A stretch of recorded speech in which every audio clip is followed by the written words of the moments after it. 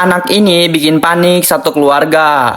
Nah, jadi ada sebuah video yang diunggah oleh akun TikTok bernama Anissa Hesilia. Di video tersebut terlihat seorang ibu panik dan menangis karena mengira anaknya hilang. Ia sudah mencari ke seluruh penjuru rumah, namun tidak juga menemukan sang anak. Ternyata anak itu sedang tertidur lelap di bawah tangga yang tertutup kursi. Sebelum tertidur di sana, ia sempat menangis karena tidak diberi ponsel. Kejadian ini pun viral di media sosial dan mengundang berbagai reaksi dari warganet. Banyak yang merasa lega sekaligus terhibur dengan akhir ceritanya.